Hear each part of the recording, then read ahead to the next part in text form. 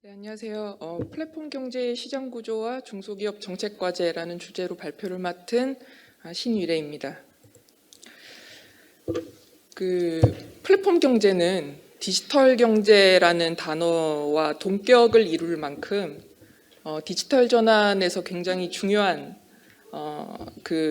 요소를 차지하고 있다고 말씀을 드릴 수가 있는데요.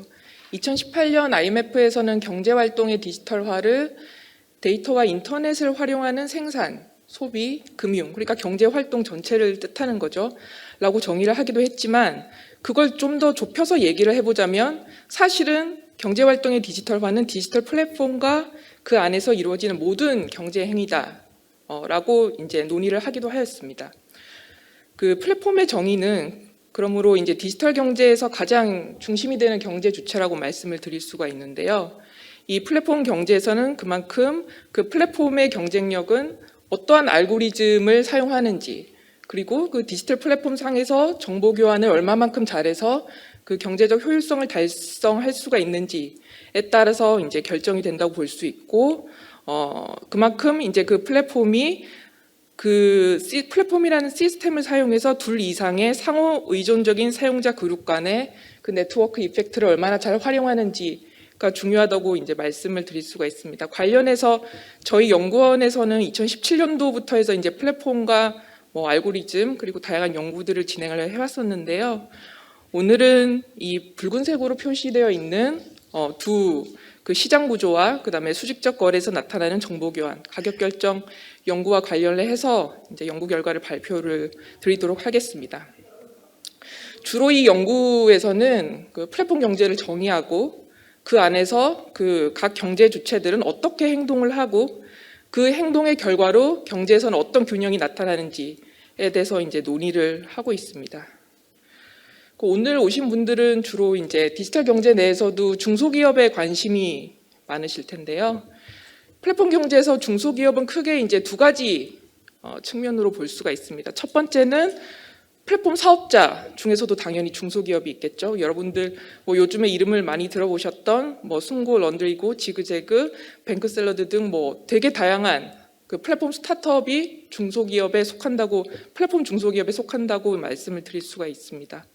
그리고 두 번째는 그 특정 플랫폼 내에서 서비스나 아니면 제품을 판매를 하는 그 서비스 공급자로서의 중소기업입니다. 한 그 신문에서는 쿠팡에서 우리 쿠팡에 입점해 있는 입점 업체 중에 70% 정도가 중소기업이다라고 이제 발표를 하기도 했었는데요. 그만큼 이제 플랫폼 경제에서는 어쨌든 그 두 가지 중요한 축을 중소기업이 담당을 하고 있습니다. 근데 이게 이제 지금 현재 어떤 안정화된 상태가 아니고 디지털 대전환기에 있는 그런 시기이다 보니 어떤 안정적인 그런 그 기업의 상태가 유지가 되는 것이 아니라 그 안에서 다양한 변화들이 관찰이 되고 있습니다. 그 작년에 진행했던 저희 사례 연구를 보면 일단 첫 번째로 이 컨텐츠 플랫폼 스타트업 T 사례인 경우는 이 스타트업 플랫폼 같은 경우에는 이제 기존에 그 공급자가 없던 어떤 마켓에서 이제 새로운 서비스를 하기 시작을 하였는데 결국에는 빅테크 플랫폼과의 경쟁에서 이제 지고 그다음에 특정 그 유명한 키읔으로 시작하는 그 회사의 자회사로 이제 지금은 인수가 되었습니다. 그래서 현재는 지금 컨텐츠 공급자로 전환해서 사업을 유지를 하고 있고요. 이 두 번째 제2기업은 원래는 오프라인에서 이제 생필품을 판매를 하다가 지금은 온라인에서의 판매를 주력 사업으로 하고 있는 업체입니다. 현재 9개의 이커머스 플랫폼에서 공급자로 활동하고 있고요. 처음에 이제 그 사업 초기, 중기에는 굉장히 높은 수익을 내고 있다가 이 이커머스 플랫폼 하에서도 중소 도매업체들 말고 본사들이 직접적으로 온라인으로 이제 뛰어들기 시작하면서 사실은 굉장히 이 사업 상태가 그다지 좋지만은 않은 그런 상황입니다.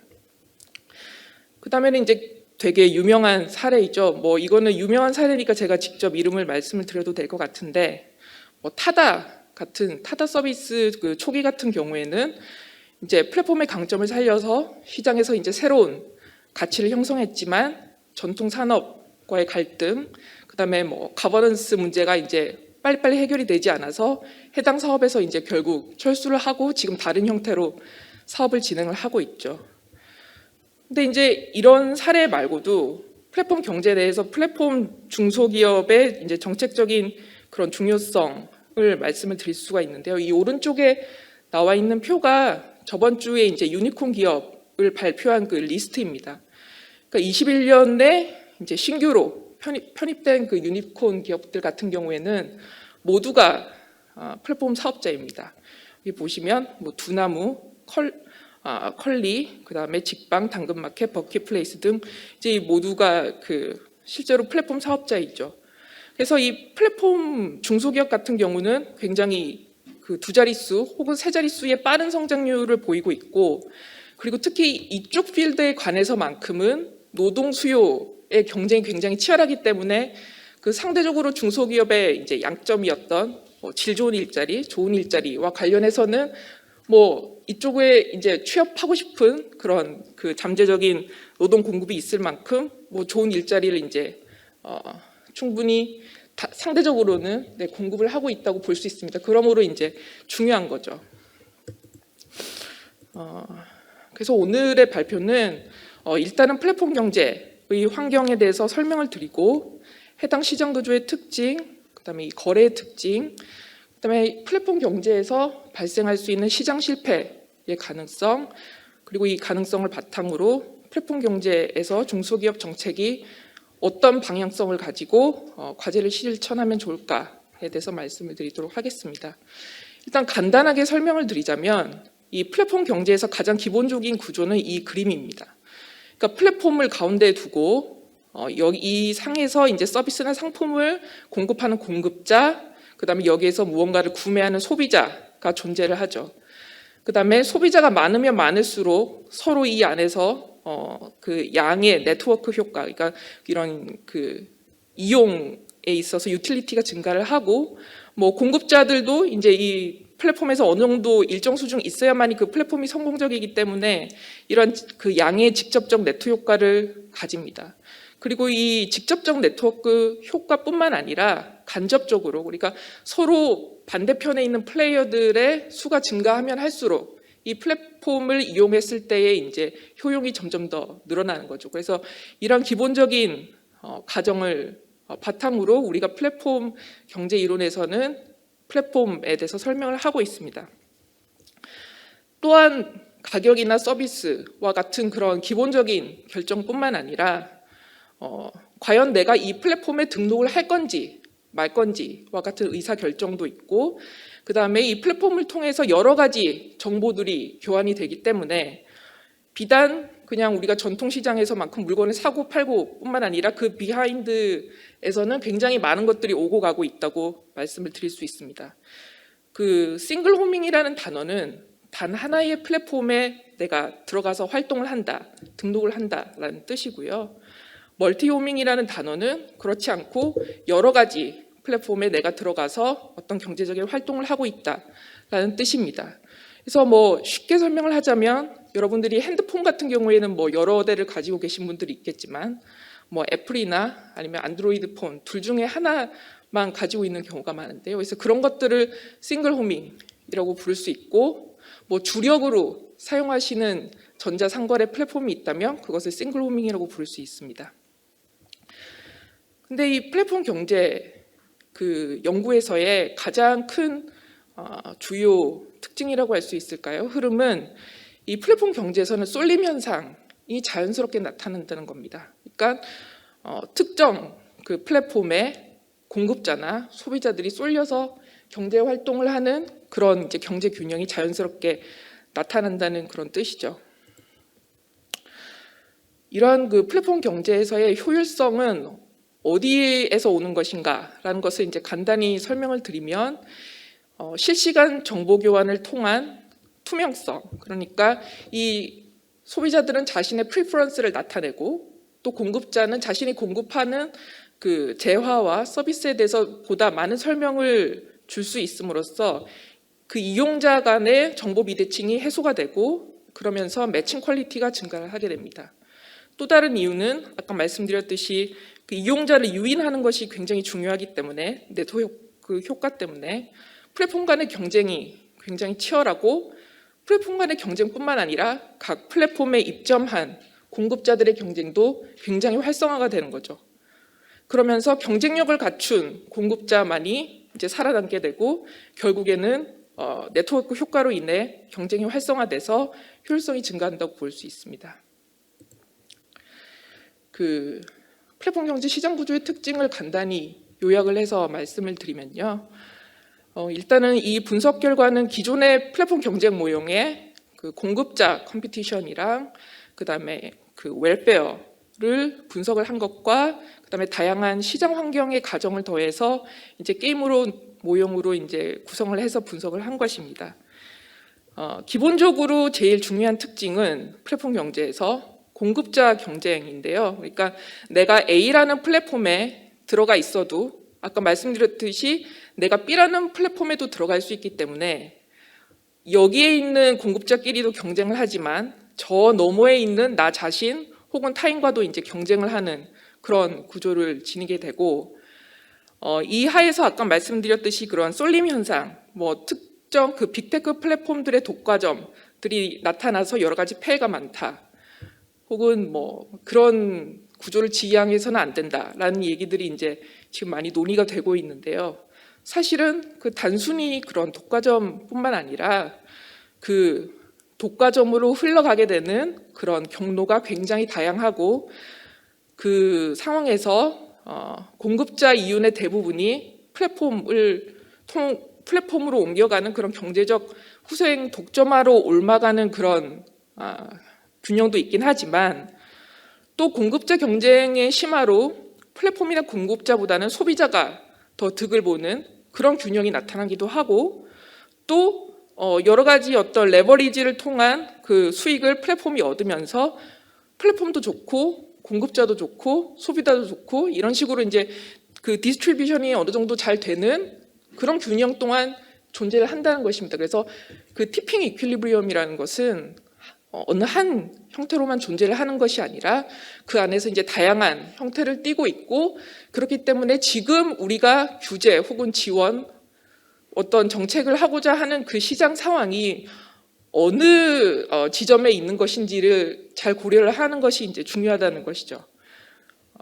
그리고 또 이 연구의 결과의 주요한 특징 중에 하나는 플랫폼은 확장, 그러니까 어떤 다른 서비스를 더 추가해서 확장하려는 그런 성격이 강하고 티핑으로 인해서 자연적으로 이 플랫폼 시장은 독점적 시장으로 진화하려는 그런 그 큰 힘이 있으며 그다음에 소비자 고착이 굉장히 중요하고 이러한 가운데서 그나마 플랫폼 경제가 효율성을 유지를 하려면 경쟁 플랫폼이 그래도 그 시장에 존재를 하는 것이 매우 중요하다는 그런 말씀을 드리고 싶습니다.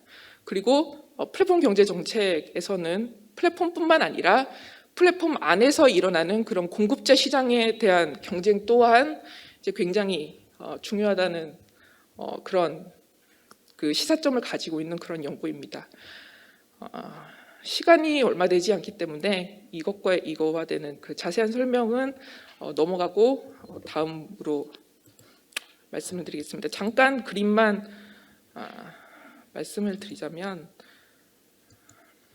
네, 여기서는 이제 각 그 A와 B라는 플랫폼이 경쟁을 하면서 이제 공급자와 소비자가 나뉘어져 있는 그런 균형을 보이고 있고요. 이때는 플랫폼이 거의 대부분의 수익을 가져가게 됩니다. 그리고 두 번째로는 이제 어느 한 그 플랫폼에 다 같이 모이게 되는 그런 균형이고 이때는 공급자 경쟁이 강화되면서 소비자의 이익이 굉장히 올라가고 대부분 플랫폼 이 초기에 이런 모형들이 이제 많이 일어나죠. 그 다음에 이것을 바탕으로 플랫폼에 대한 이제 소비자들이 선호가 생겨나서 다른 플랫폼으로 이전하려면 어떤 비용이 생기는 그런 상황이 연출이 되고 그 다음에는 그 소비자의 고착을 바탕으로 플랫폼들이 새로운 사업으로 확장을 하고 수직적 확장을 하게 되고 그 다음에 그러한 그 이용자들의 고착을 다시 바탕으로 광고 수익을 얻으면서 효용 분배가 이루어진다라는 것을 이제 뜻합니다. 이 효용 분배가 이루어지려면 아까 말씀드렸듯이 이 유효한 경쟁자의 존재가 굉장히 중요한 거죠. 이 시장 구조뿐만 아니라 플랫폼 경제 기업 생태계에서 또 다른 굉장히 중요한 특징이 있는데 그것은 플랫폼의 정보 우월성입니다. 이 플랫폼 경제에서 플랫폼은 그 이용자들의 정보를 수집을 하고 그걸 다시 재구성을 해서 이제 실시간으로 정보를 교환을 하게 됩니다. 근데 이 정보 교환을 하는 것에 있어서 어떤 협상을 통해서 우리가 흔히 아는 그런 하도급 거래의 협상을 통해서 이루어지는 것이 아니라 이제 특정 그 약관을 통해서 굉장히 일방적인 계약이 이루어지는 거죠. 그래서 협상이 부재하고 그 다음에 로우 인포메이션을 자기가 수집을 해서 통계를 해서 다시 제공을 하기 때문에 정보 요약 수준이 굉장히 높다고 볼 수 있습니다. 그리고 이용자는 사실이 내가 받고 있는 이 정보가 사실인지 아닌지 구별을 할 수 있는 그런 장치가 없죠.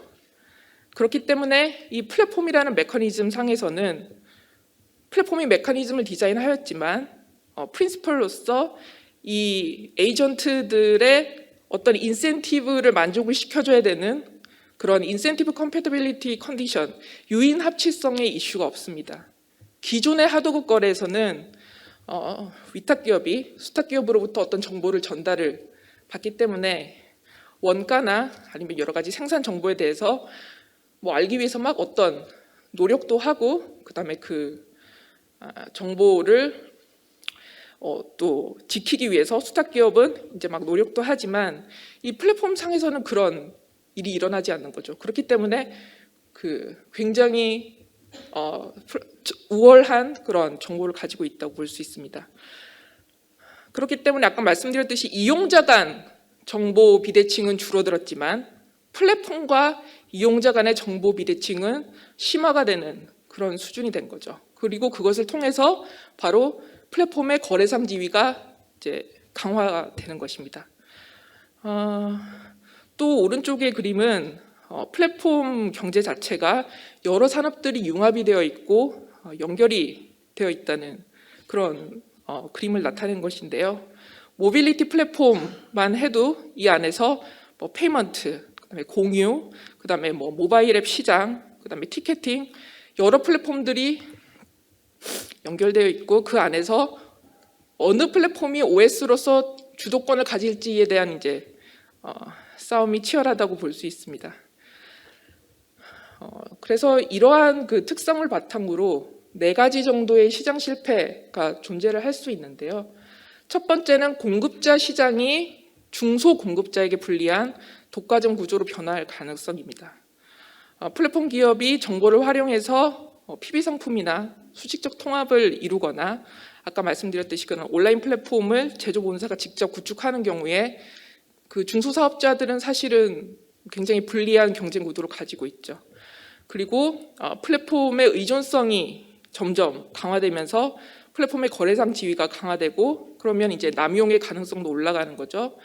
세 번째는 플랫폼 정보의 신뢰성이 약화되는 경우 시장 실패가 나타날 수 있습니다. 마지막으로는 플랫폼 경쟁이 동태적으로 봤을 때 혁신 중심의 경쟁이 아니라 자본 중심의 경쟁으로 갔을 때는 또 시장의 효율성은 부정적인 영향을 받을 수밖에 없습니다. 따라서 이것들을 이제 바탕으로 해서 정책 방향과 과제를 생각을 해볼 수 있겠는데요. 일단 기본적으로는 4가지 정도의 방향을 말씀을 드릴 수 있겠습니다. 첫 번째는 플랫폼 시장 거래와 기업 생태계의 특성을 고려를 해야 되고, 두 번째는 경쟁과 시장 구조의 변화가 반영이 되어야 되며, 세 번째는 정부는 조정자로서의 역할이 굉장히 중요하고, 네 번째는 정책 가버넌스가 확실하게 정립이 되어야 된다는 겁니다. 이 첫 번째 파트는 일단은 이 정보 교환과 관련해서 아까도 말씀드렸듯이 이 플랫폼 경제의 핵심이라고 볼 수 있는 정보 비대칭과 플랫폼 의존성을 줄일 수 있는 약관과 표준 계약서가 도입이 되는 것이 아주 시급합니다. 왜냐하면 플랫폼 경제는 단순히 그 서비스업 유통사들이 디지털 전환을 해서 플랫폼 사업을 하는 그런 것이 아니라 기존의 우리나라의 경제 체제가 소수 뭐 수요 독점, 그다음에 뭐 대기업 체제, 그런 그 소수 수요 대기업의 이제 수요 독점적인 그런 하도급 거래 체제였다면, 지금은 이제 플랫폼이 중심이 되는 그런 경제 체제로의 전환이기 때문에 이런 초기에 꼭 공정거래 정책이 확실하게 정립이 되어야 된다고 말씀을 드릴 수 있습니다. 그리고 두 번째로는 대중소기업 간 상생협력 정책에 대한 관점인데요. 이 대중소기업 간 상생협력 정책 같은 경우에는 이 레퓨테이션이 상당히 중요합니다. 대기업이 이런 상생협력에 참여를 함으로 해서 레퓨테이션을 얻고, 하지만 아까 말씀드렸듯이 늘 이용자를 모아야 하는 그런 것들이 있기 때문에 도대체 너무 지금 현재 상생협력이라고 불려지는 많은 것들은, 정책이라고 불려지는 많은 것들은 사실은 정책이 없어도 시장 안에서 자연스럽게 일어날 수 있기 때문입니다. 시간이 없기 때문에 이 C까지만 말씀을 드리고 마치도록 하겠는데요. 아까 말씀드렸듯이 그 플랫폼 시장 기업 생태계에서는 여러 가지 사업에 확장하고자 하는 그런 성격, 그다음에 융합, 연결성의 성격이 강하기 때문에 이것은 중소기업 간 협력에 굉장히 큰 기회라고 볼 수가 있습니다. 그래서 이런 기회를 잘 활용을 해서 협력을 이제 지향하는 그런 정책을 펼치는 것이 중요하고요. 마지막으로 이 노란색 한 가지만 그런 말씀을 더 드릴게요. 전통 산업과의 대립 조정이 굉장히 중요합니다. 이거는 비단 빅테크 대기업과 뭐 소상공인 뭐 이런 구도가 아닙니다. 물론 그러한 구도도 있지만 일단은 어차피 이 플랫폼 그 경제 자체가 혁신을 중요로 하고 장기적으로는 그쪽으로 지향될 수밖에 없기 때문에 대중소기업 간뿐만 아니라 중소기업 사이에서도 플랫폼 서비스로 성공적인 디지털 전환을 한 그런 그 소기업, 중기업과 같은 필드에 있는 소상공인끼리의 대립이 존재를 할 수 있습니다. 지금 요즘에 뭐 논란이 크게 된 그 화훼 시장, 꽃 시장 같은 경우도 이제 마찬가지죠. 로컬을 바탕으로 하는 소상공인과 그다음에 자신의 경쟁력을 바탕으로 전국구로 이제 사업을 확장하고자 하는 그런 소기업 그런 그 필드에 있는 그런 꽃 비즈니스 같은 것들이 지금 문제가 되고 있는데요. 그게 이제 중요한 예라고 볼 수 있습니다. 이런 것과 관련해서 중기부나 아니면은 정부가 어떤 관점을 가지고 빨리 이런 대립들을 조정을 하는 게 굉장히 중요한 정책적 과제라고 볼 수 있겠습니다. 감사합니다.